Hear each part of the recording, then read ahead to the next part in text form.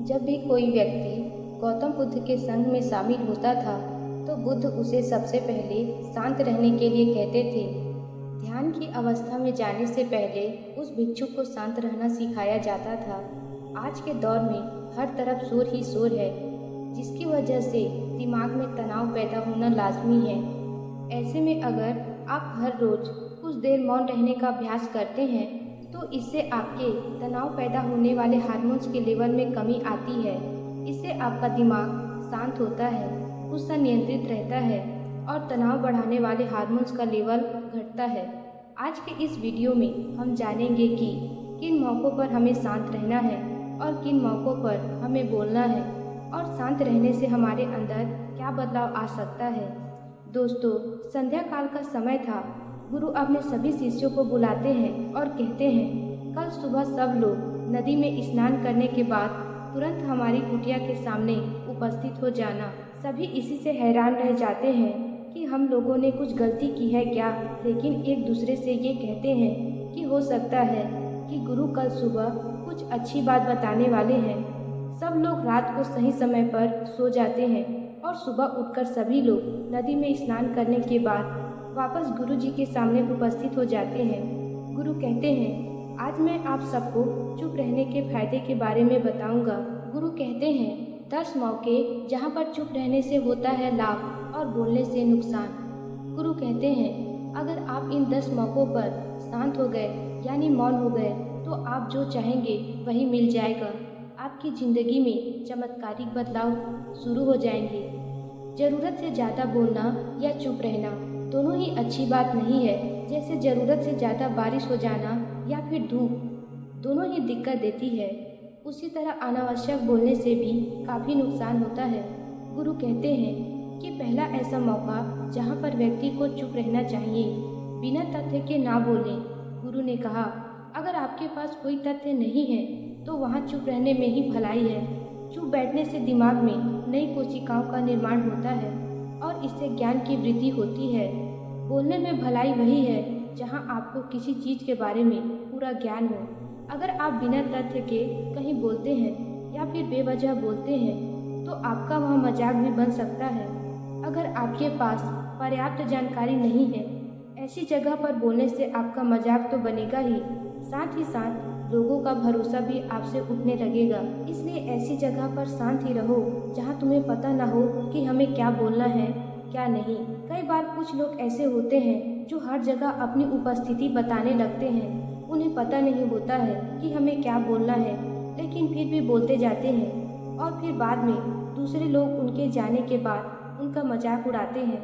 तो जब तक आपको उस तथ्य के बारे में अच्छा ज्ञान नहीं है, उसके बारे में पता नहीं है, तो वहाँ चुप रहना ही ज़्यादा समझदारी है।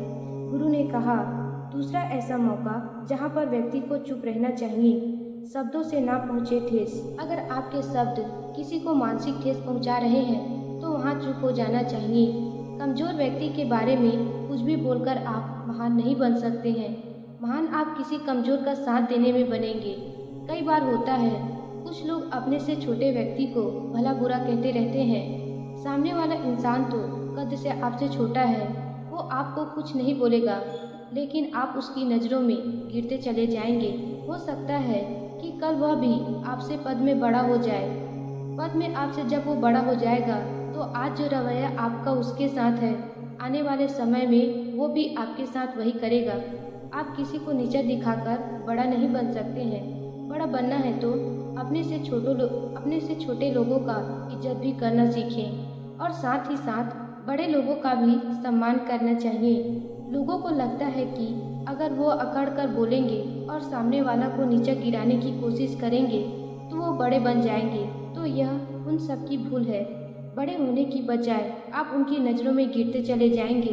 गुरु ने आगे कहा, इसलिए शिष्यों, तुम सब जब भी बोलना आदर भाव से बोलना, ताकि तुम्हारी बात लोगों को अच्छी लगे। बोलने में भाई बहन, माता पिता, मित्र इत्यादि संबोधन शब्दों का इस्तेमाल जरूर करना। इससे तुम्हारी मान प्रतिष्ठा तो बढ़ेगी, साथ ही साथ लोगों की नज़रों में तुम समझदार व्यक्ति भी बनते जाओगे। गुरु ने आगे कहा, तीसरा मौका जहाँ पर व्यक्ति को चुप रहने में ही भलाई है, क्रोध या घृणा। क्रोध या घृणा करने वाले लोग जब कोई अपना सगा संबंधी आप पर क्रोध कर रहा हो, आपका अपमान कर रहा हो, तो आपको उस वक्त चुप रहना चाहिए ताकि सामने वाले का गुस्सा पूरी तरह से फट जाए। आप यदि सही हैं तो उससे कतई माफ़ी ना मांगें और चुप रहकर सही समय का इंतजार करें। वो खुद ही आपसे माफ़ी मांग लेगा जब उसे अपनी गलती का एहसास हो जाएगा। गुरु आगे कहते हैं कि अगर आपका कोई सगा संबंधी आप पर क्रोध कर रहा हो और आप उस समय शांत हैं तो ये आदर सम्मान देने की निशानी होती है। इससे ना कोई छोटा होता है और ना ही बड़ा।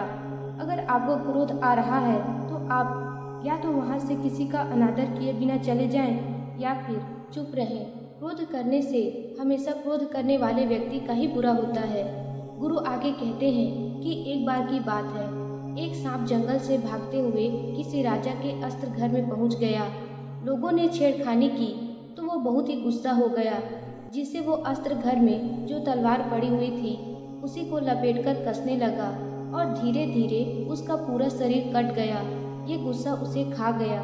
ठीक उसी प्रकार हमारा गुस्सा भी हमारे शरीर को तलवार की भांति काटता रहता है। गुस्सा ध्यान से खत्म होता है। प्रतिदिन अगर आप ध्यान की मुद्रा में बैठते हैं तो आपका गुस्सा आपके नियंत्रण में रहेगा।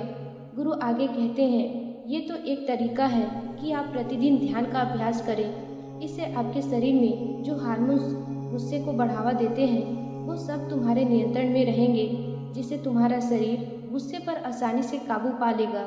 लेकिन एक तरीका ये भी है कि जब भी आपको गुस्सा आए तो आप ये समझने का प्रयास करो कि क्या मेरा गुस्सा जायज़ है या नहीं, हमें वहाँ पर बोलना चाहिए कि नहीं। जब आप खुद इस बात का आकलन लगा पाएंगे तो आपको खुद पता चल जाएगा कि हमें गुस्सा करना चाहिए या नहीं। फिर भी आपको गुस्सा आ रहा है तो आप वहाँ से हटने का प्रयास करें, वहाँ से दूर चले जाएं। धीरे धीरे समय के साथ आपका दिमाग शांत हो जाएगा। गुरु ने कहा, चौथा ऐसा मौका जहाँ पर इंसान को बहुत ही समझदारी के साथ काम लेना चाहिए, वहाँ पर आपको चुप रहना ही चाहिए जहाँ पर उस मुद्दे से आपका कोई संबंध ना हो। अगर आपका किसी मुद्दे से कोई संबंध ना हो तो वहाँ आपका चुप रहना बनता है।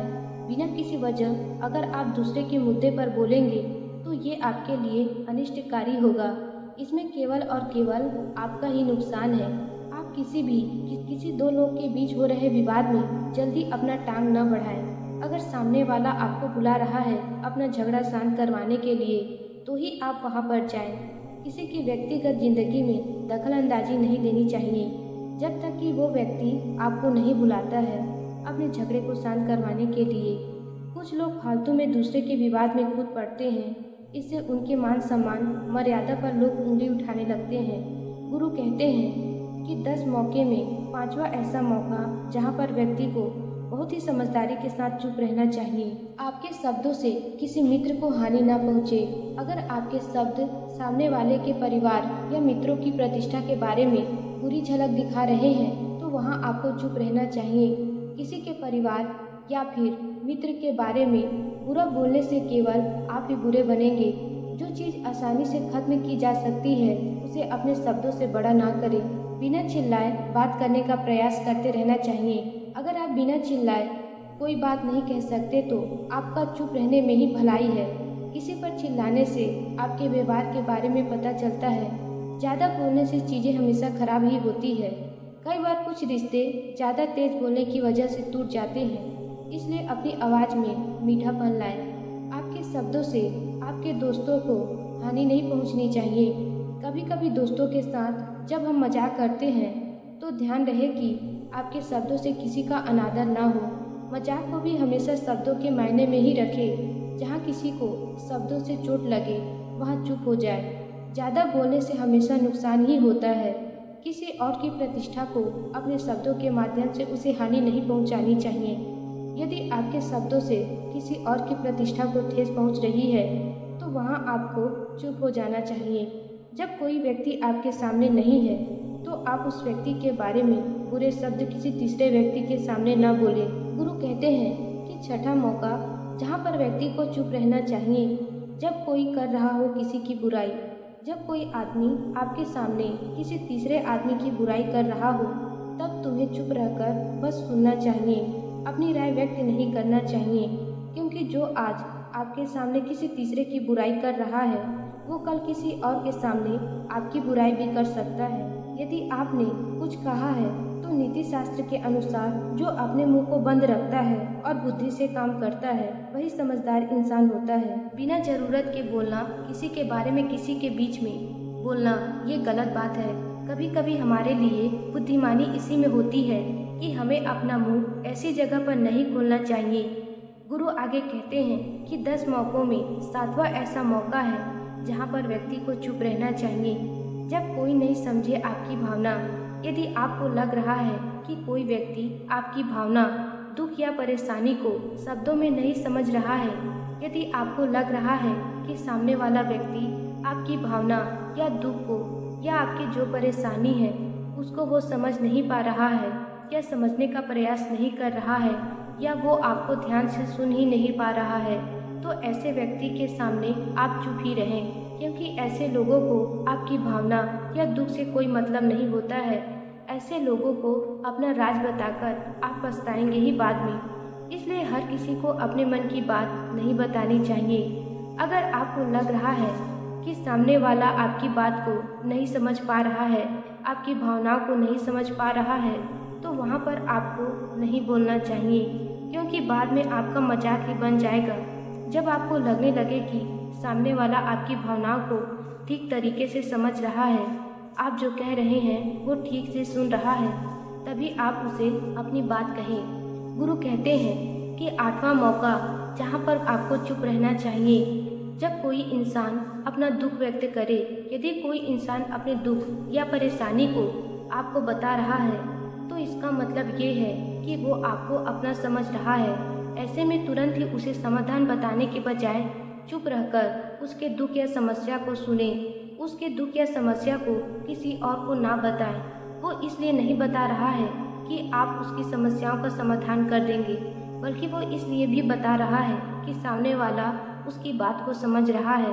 कई बार बताने से दुख कम हो जाते हैं। आपको अपना दुख इसलिए बता रहा होगा कि उसे लग रहा है कि आप उसकी बात को समझ रहे हैं। दुख बांटने से कम हो जाता है।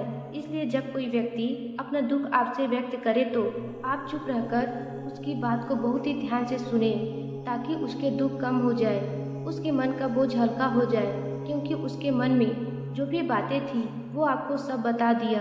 गुरु आगे कहते हैं कि 10 जगहों में 9 ऐसी जगह जहाँ पर आपको चुप रहना चाहिए। जहाँ पर दुष्ट प्रकृति के लोग रह रहे हो और गाली गलौज कर रहे हो तो आप वहाँ पर मत जाइए। ऐसी जगहों से आप चुपचाप निकल जाएं, अर्थात अपनी प्रतिक्रिया दिए बिना आप वहाँ से चले जाएं, क्योंकि जिसकी जुबान खराब होती है, जो दुष्ट प्रकृति के लोग होते हैं, उनको आप ऐसे समय में नहीं समझा सकते हैं। जब उनका दिमाग पूरी तरह से शांत हो जाए तभी वो आपकी बात सुनेंगे। इसलिए जहाँ पर दुष्ट प्रकृति के लोग हो, आपकी बात को ना मानते हो और ना ही सुनते हो, तो आपको वहाँ पर नहीं बोलना चाहिए। गुरु कहते हैं कि 10वां ऐसा मौका जहाँ पर आपको शांत हो जाना चाहिए। अपनी सफलता का राज हर किसी को ना बताएं। कई बार होता है कि कुछ लोग जो सफलता को बहुत ही जल्दी अर्जित कर लेते हैं तो वे हर जगह अपनी सफलता का ढिंढोरा पीटने लगते हैं। ऐसे में क्या होता है कि कई लोग आपकी सफलता से खुश नहीं होते हैं। अगर आप अपनी सफलता का जबरदस्ती लोगों में ढिंढोरा पिटवा रहे हैं तो लोगों की नकारात्मक ऊर्जा आपको प्रभावित कर सकती है। जब आप सफल होंगे तो सबको पता चल जाएगा कि आप सफल हो गए हैं। ढिंढोरा पीटने से नुकसान आपका ही होगा। इतना कहकर गुरु ने कहा, शिष्यों, आज के लिए बस इतना ही। अगर तुम सब मेरी इन 10 बातों को अपने जीवन में अपना लेते हो तो तुम सब काफ़ी हद तक परेशानियों से बचे रहोगे। यहाँ से जाने के बाद मेरी ये बातें आपके जीवन में किसी वरदान से कम साबित नहीं होगी।